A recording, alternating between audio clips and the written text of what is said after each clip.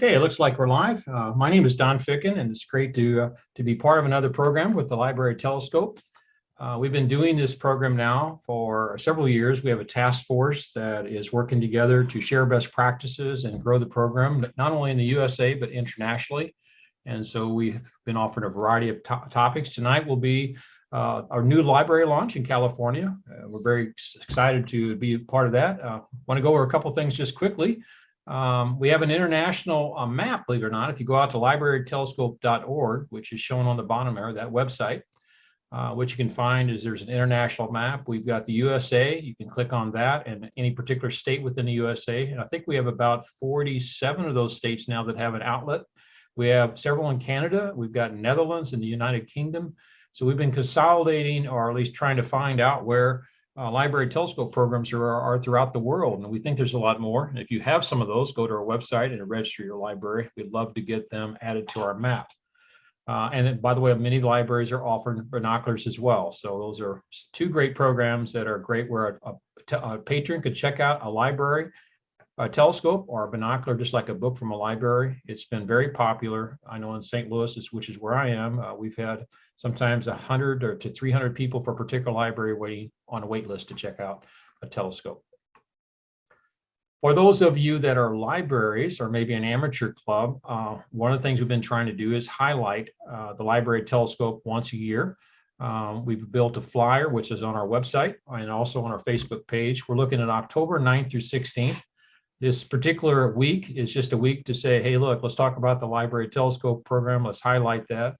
That particular week, you can see the craters of the moon. You can see the moons of Jupiter, the rings of Saturn. There'll be a lot to see. Those are perfect targets for the library telescope program. So we encourage you to talk to your library about the library telescope program and have them promote this if they're in the program. And if they're not in the program, to at least think about maybe launching the program, even if just binoculars to get started, maybe later with the library telescope. So I mentioned that we've been doing this program for several years, the monthly webinars. Tonight, June 15th, we've got the City of Rancho Mirage Library. They've just amazingly launched a brand new program here just this year, in spite of all the equipment issues that are possible out there. And I think they got a great story to tell. So we want you to hear that. Next month, one of the things we've been talking a lot about our task force, and that task force is basically some 30, 40 astronomy clubs throughout the country, in fact, throughout the world. We've been trying to figure out how to fix things. Obviously, if a telescope's out there for a while in a library, it's probably got some issues with parts that need to be replaced. And so we've been 3D printing things. And so one of our members who's been very active in 3D printing, will talk about some of the things that we're doing with the library telescope to make get parts replaced and make sometimes changes that we think might even be better to the existing program. So you can check out librarytelescope.org. We put the videos each month. We record them, place them on YouTube. And of course, you can go to Facebook, go to librarytelescope.org. In the very top right, you can click on YouTube. And of course, I've got Tom Lynch with me tonight.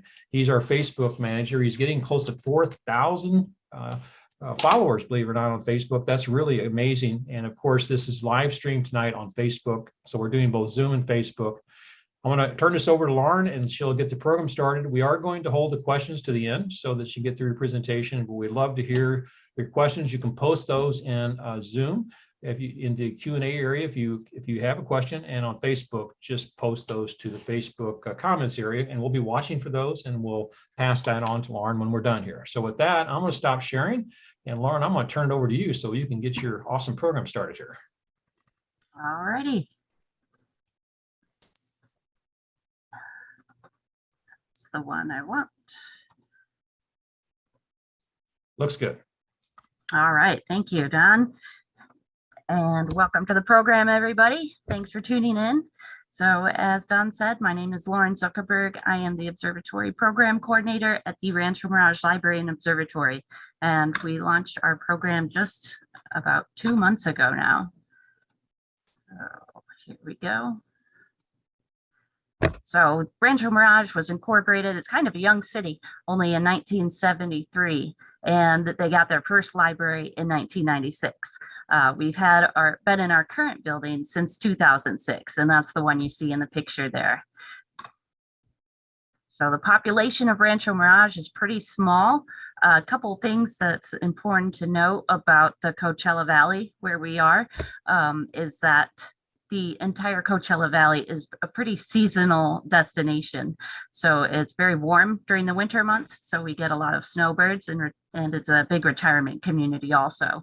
So our population fluctuates from about 17 to 38 to 40,000 people at the height of our busy season, which is in the winter when people are trying to get out of that snow.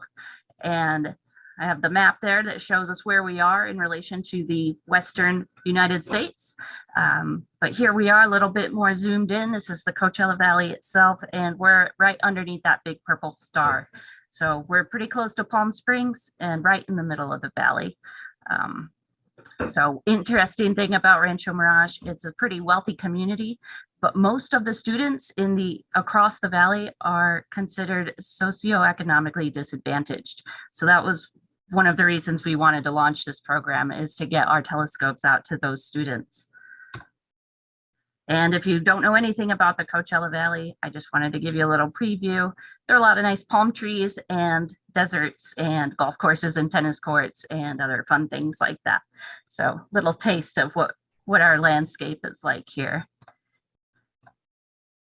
Another unique feature of us, we also have an observatory that the city council approved, and it was built pretty quickly, and we opened on March 25th in 2018.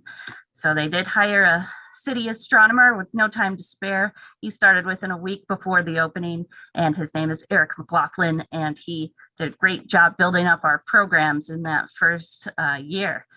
But within that first year, they realized that the observatory was much more successful than they anticipated. So they created my role, which is Observatory Program Coordinator. So now I help set up a bunch of our programs and do some scheduling. I work with our docents and do a lot of our public facing programs too. And we couldn't do any of this without our library coworkers. So on the right there, excuse me, I have about a third of our coworkers. It's hard to get a good group picture during these COVID times. So that was from our big gingerbread building party before Christmas last year. And that's a great group of people. And then on the left is our director of the library and observatory, Aaron Espinosa. And he's a great champion for all the fun educational programs we like to do. So good thanks to him too. So today, our program has been launched. We were told by the news that we were the first in Riverside County with the Library Telescope program. Everyone likes to be the first at something, so they had to run with that. We launched on April 18th with 27 telescopes. Within a month, we had reached our final goal of 30 telescopes, and I have their fun names listed on the right there. So you can see we named the first 12 after the 12 constellations in the zodiac, and then we picked the remaining telescope names from northern constellations and ones that we would typically highlight on during our stargazing events. And as of about an hour ago, we've had 129 total checkouts. So we are open we're open 6 days a week. So that means since we have 30 about every day, we can estimate we get about 5 coming back to us. So that keeps the cycle moving and lets us get it out to as many people as possible. So why we started our program, it's kind of interesting. Eric and I both independently learned about the Library Telescope program when we first started here at Rancho Mirage, and we both have been wanting to join since we learned of its existence. But it's a somewhat risky prospect to loan telescopes worth hundreds of dollars out to the public and hope that they come back to your library. So we had to wait till the right time, basically. And with that, the right time for us came at the end of last year. We had a donor, this Maybe Family Foundation, reached out to us and asked if we had any risky projects coming up. And we pitched our idea of our library telescope program, and they were totally on board. So, and this is the result of all of our hard work, getting those telescopes out to families that have never gotten to look through a telescope before. Sometimes it's kind of hard to get to our stargazings, you know, if they're far away from a certain community or they're just the wrong time of night, kids have to go to school and such, so they can't always join. But that's why one of the reasons why we wanted to start this program too, is to let people observe the sky with a real telescope, figure out how it works, and get interested in science in general. We currently have no association with a local amateur club like many of the other programs out there. And that's because we do have 2 full-time observatory staff with the library, which is myself and Eric. And we also have a wonderful team of docents that help us out with our programming too. So some of the challenges we have faced was, as Don mentioned, procuring telescopes. The global supply chain issues have been tricky, to say the least. So we've had to place multiple orders to get the amount of telescopes we've gotten, but there was a bit of a bright light in the middle there where Orion thankfully had a lot of new telescopes come in. So we snapped those up, and we also did our best to purchase up all the seconds from Orion's, or the refurbished versions of the telescope too. So I believe about 8 to 10 of our telescopes are seconds, and they've been working just as well as the brand new ones. So that's always good news. Another challenge was not creating our labels, but actually getting them to stay on the telescopes. So we ended up using sticker paper. We created that PDF on the right there to hold all our labels on one sheet of regular size 8.5 by 11 paper, and then we printed it out on glossy paper, sticker paper, through our own printers. But as you can see, there's some stickers that don't quite stick to parts of the telescope. So on the tube, everything sticks great. The base is pretty good to hold our stickers, but the tube clamp itself likes to peel up our stickers a little bit. So we'll be looking for other solutions. Our library just got a Cricut machine, which is another craft making machine. And we're gonna try and print some of our name labels on that coming up here. One of the other challenges we had was labor. This is a lot of telescopes we had. Thankfully we got them in batches, so it made it a little bit easier. But we had to take advantage of all the labor we could. So that includes our wonderful team of docents. They helped modify our first batch. That was great.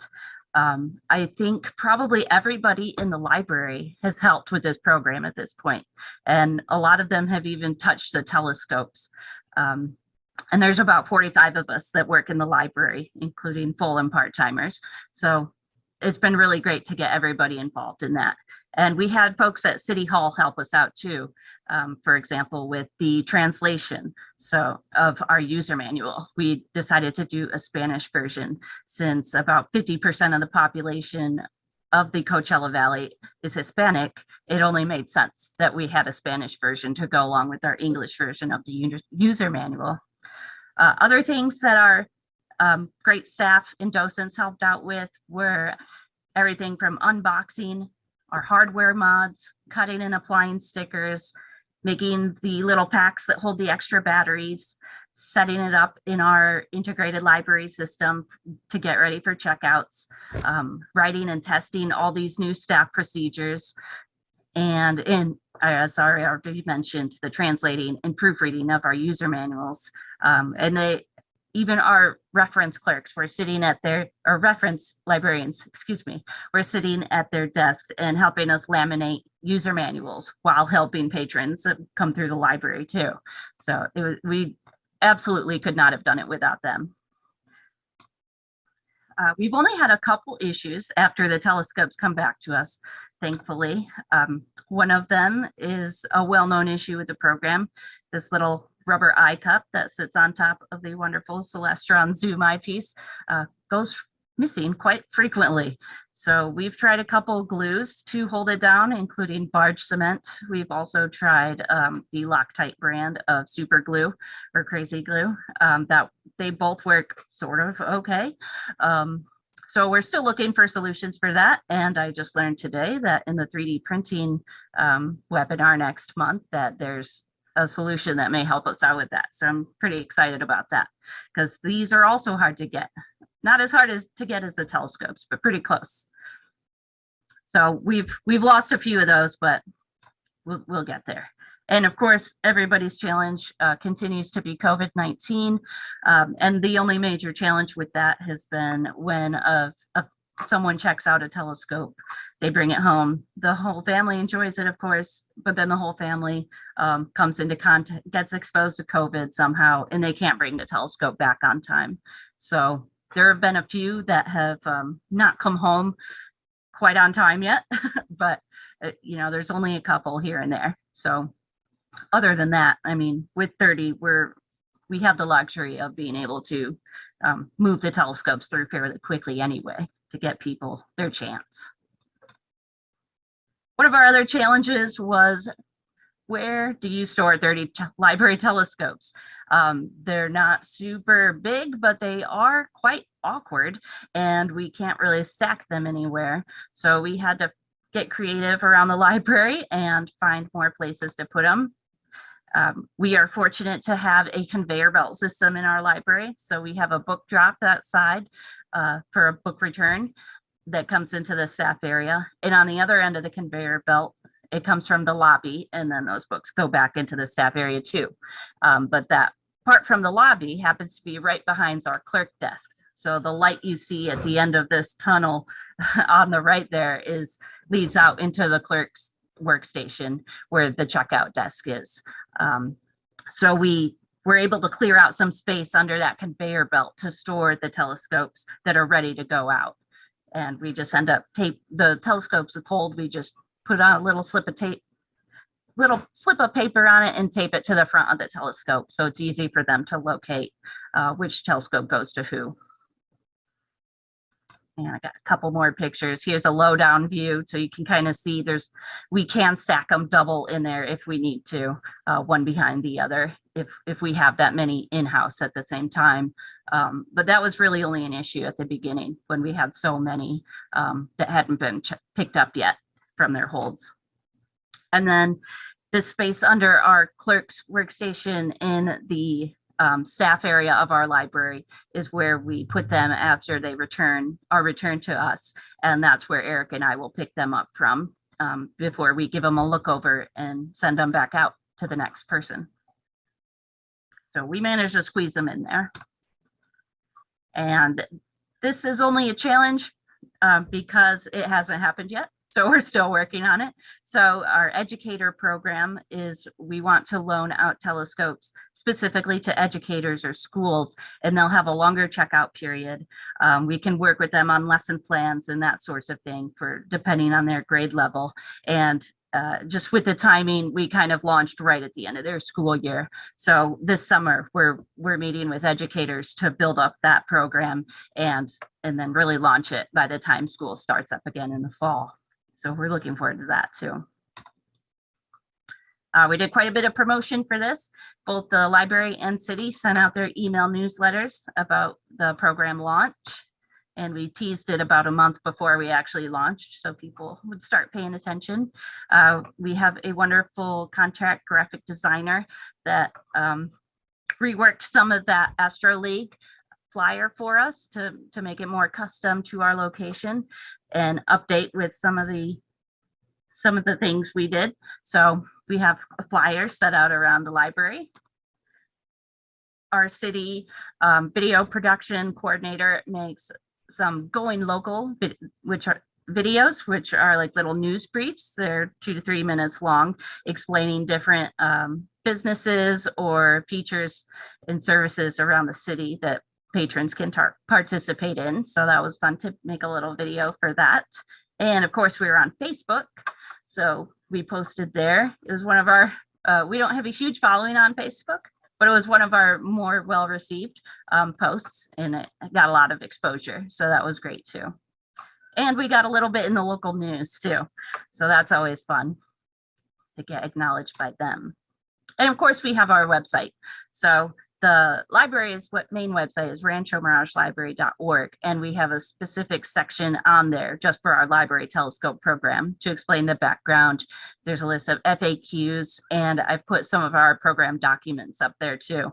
And there will be more to come as we finalize some more of those documents. And as there's space available, we have a display at the checkout desk, space and telescopes available, rather.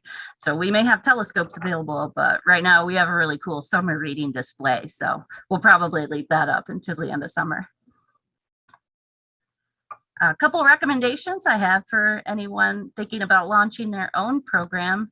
Definitely research the existing programs out there, especially, of course, the New Hampshire Astronomical Society documents and the Library Telescope.org website itself.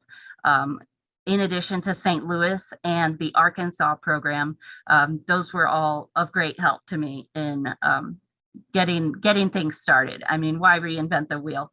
Everyone else has done such great work. We just want to jump off from where they left off and keep it going.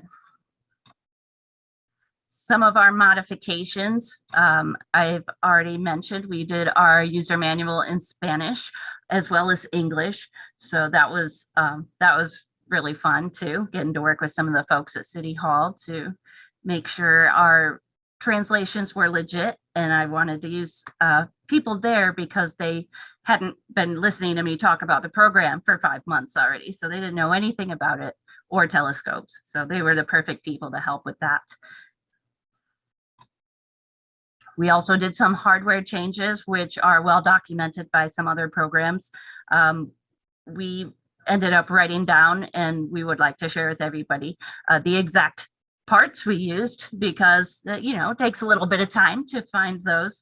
So we hunted all this down. Actually, Eric hunted all these down because his background is in mechanical engineering as well as astronomy. So that was extremely useful while going through the hardware parts and the modifications in general. He had the mindset that helped us get through the modifications of 30 telescopes. So that was wonderful. And here's an example of what the mirror end of the tube looks like. So you can see we replaced the nuts and washers for the mirror locking and the bolts for the nuts and washers for the collimating and the bolt for the mirror locking screws. So we tried to make these as hard as possible for folks to take apart. We didn't want anything to be just finger tight available. So we went with real hardware there that you need tools for just to make it a little easier. And these are the contents of our gear bags. See, we have extra batteries, the constellation guide, and our user manual, as well as a red light flashlight, which is pretty standard. We opted not to include the lens cleaning pen. It was mostly a cost issue. Those things can get pricey when you have multiple telescopes. So we knew we would be looking over every telescope when they came back anyway. So we just keep that on the staff side. And I wanted to point out this other mod we did for the gear bag. So we ended up using this gear bag. It has like little straps that buckle or snap down to the back there. But to attach it, what we did was we removed the eyepiece tray and we flattened it with a giant book press. I didn't have time to squeeze that picture into the slideshow, but it's a really old book press, like this big. It's extremely heavy. So it worked great for flattening some metal. And then we still use that same piece and we just put the straps right behind our eyepiece tray, and it's been working quite well to hold our bags on there. We haven't had any issues with that yet. Oh, I take that back. A couple times, if you're not super careful, you can strip the screws of those pretty easily. So we had to refill a couple of those, but that has been really easy to take care of. So it was a lot easier than redesigning a whole way to attach the bag to the base. Let's see, and there's a little highlight of how that works. And that is the presentation. So thank you everyone for joining. you have any questions, you can email us at observatory@ranchomiragelibrary.org, and that goes to our whole team that does observatory programming. That's awesome, Lauren. Thank you. So a question I have is, so what's your checkout period as far as your telescopes now? What has it, couple We're weeks? using 1 week. 1 week, 1 week. Okay. Yeah. Okay, great. That's awesome. So, yeah, a lot of them, I know we started with 1 week, and I think some libraries, at least in our programs here, are up to 3 weeks now. So Awesome. yeah, because a lot of times what they found is that somebody check it out and it would be cloudy for like several days in a row. So now Yeah. with people working. So, and on your, on the little rubber eye guard, one of the techniques that we've seen, by the way, is actually to put tape around that. In other words, like either electrical tape or duct tape, and we don't even use glue anymore. And that's actually, the tape will get frayed over time because when you put the cap on there, but you just replace the tape. And we've lost very few since we've started doing that, actually. Awesome, thank you. We got away from the blue. So tell me about the personal side of this. You've got City Hall people, you've got people in the library. What were their reaction when they started looking at this telescope? Like, do I even want to touch this thing? That was exactly the reaction. They're all afraid they were going to break it. I know. Oh, you guys have to touch it, otherwise no one else will be afraid. Everyone would be afraid if they were afraid. Yeah. So yeah, that's so funny. Yeah, it's exactly what we had. It's like, I don't want to touch that thing. No way am I going to touch it. And so we make them pick it up, and they go, "Well, this thing is not very heavy at all, right?" Yeah, everyone is so surprised at the weight. So I like to really highlight to people. It's like, don't worry, it's easy to move. Exactly. So now, how do they transport it in their vehicles? How did you recommend that they do that? We went along with your recommendation, just buckling it in the car, and that seems to work out. We haven't had any complaints that I've heard yet of that. We did consider cases and quickly realized it's really hard to find the right size case or tub. We were looking for like a big Rubbermaid type tub. But yeah, it's kind of an awkward size. And then once we really start looking into it, by the time you get to the size you need, it becomes unmanageable to carry. So we shied away from that a little bit. Yeah, and I think the other side of it is that it just adds cost to it, because if you get a decent case, it actually adds a lot. And our concern was, I know that, if you get a nice bag for it, it almost becomes like luggage, and people just throw it, on the back of the trunk like they're going to the airport kind of thing. And it's actually a little bit more probably safe. So what does it work for as far as children, how they've been able to operate? Have you been able to see them physically use this telescope when they've been doing different programs, or what's your feedback from younger folks as far as using this? Is this something hard? That's a good question. I haven't gotten to actually watch children use it before. We made our policy so that anyone of any age could check it out, as long as they had a guardian present if they were under 18. So we wanted to be inclusive in that way, at least. I haven't heard of anyone just, completely giving up on it and bringing it back. So I think that's a good sign. But so you mentioned the weather earlier, though, and we don't get a lot of cloudy days around here, which is great. But I'm moving. I'm going to move there. I want to move there. That's all we've had lately is cloudy days in here. Oh man, I recommend waiting till after summer. Yeah, you think so? Yeah. Well, we've had over 100 degrees here, so I don't know, maybe not. Yeah. Well, there's no humidity at least, but yeah, we get a lot of wind here, so it can get really dusty. So there have been folks that have come in and said, I'm afraid to take it out and get all this dust and from the wind getting in it. So we have heard that. We don't have a great solution for that yet. So one of the challenges of the timing of when you've done this, because it was just this year, right? Yeah. Yeah. So basically for us, there's really no planets in the early evening right now of any size. And that's the thing that's really, really good for the library telescope is Jupiter and Saturn. They can see those rings and they just go crazy. And you've launched this thing right when there's like nothing out there for a while. And you'll get it back in mid-September, but boy, they're gonna really love this thing when it comes back a little bit later, right? That's gonna be really. Now, what about the moon? I guess you get people look at the moon pretty well with it, right? Yeah, people are loving the moon. Yeah. So that's good. And you know, Joshua Tree National Park, which is the Dark Skies Park, isn't terribly far away. It's an hour and a half or so drive to get out there. So we recommend people to get a little bit out of the valley if they can, so they can see some of those darker things. But that's a challenge too, to get out of the valley sometimes. So have you been able to use this yourself, or is mostly just coordinating, putting it all together? Have you actually been able to use this thing and go to a dark spot with this yet at all? Is that I haven't gone to a dark spot, Okay, but I've okay. taken it out and looked at the moon with it, and Yeah, it's impressive. it is. Yeah, it's actually pretty bright. Yeah, in fact, the reason there's a hole Mhm. in the front, that little cover, is because it can get so bright you actually have to put the cover on and pull that little cork thing out, the little plug out, so that it reduces the amount of light coming in, right? So Yeah.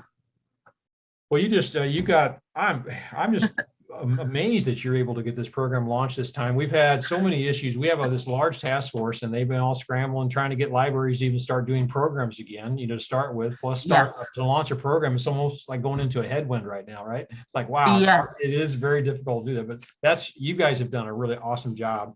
And your basically your slide showing how that you made some interesting changes to it are really helpful.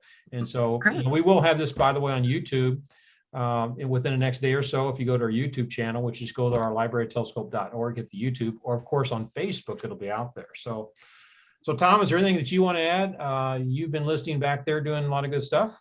Yeah, I did have a question about you. You said you were having teachers take it out and bringing it to the schools, I guess, and using it. That's something that I've been trying to promote in my area, to get the school library to pick up the library and then use it, in class, or let kids take it over the weekend and stuff, bring it home. So how much success have you had with teachers? Is that taken off yet, or? That, we're really in the beginning stages. Yeah, we know what we want to do, basically, but they're just so busy at the end of the school year. We haven't gotten to get together with any and really build it yet, but we have a few contacts to go on. So we actually launched a educator program in St. Louis, and what we also included was a solar telescope as well, because a lot of times teachers are in the daytime, so it's a sun spotter, if you know what that is. And so particularly for the eclipse, so they can get a sun spotter, or they can get a library telescope. And the idea is to, of course, work with the children to be able to teach them how to use that. So right. All right. Well, Lauren, you've had a really super program here. I really appreciate you doing this great program tonight. And like I say, it's been a real pleasure working with you tonight. And I will be putting this out on YouTube within the next day or so. And the next month, we'll have a program on 3D printing for the Library Telescope. I can tell you, I was very reluctant to get in 3D printing, but it's kind of cool, and it's really, you could do a lot of great stuff with it. So I think if you tune in for that program, you'll enjoy what you learn. And Chuck Sims is our presenter for that, and he's always does a great job. So Lauren, thank you so much, and thank you for joining us with the program and getting things started and keeping us really enthused about this during almost post-COVID, we hope. So we hope it's big time. Let's cross our fingers here. So thank you very much, and have a great night, everybody. Thank you. Thank you.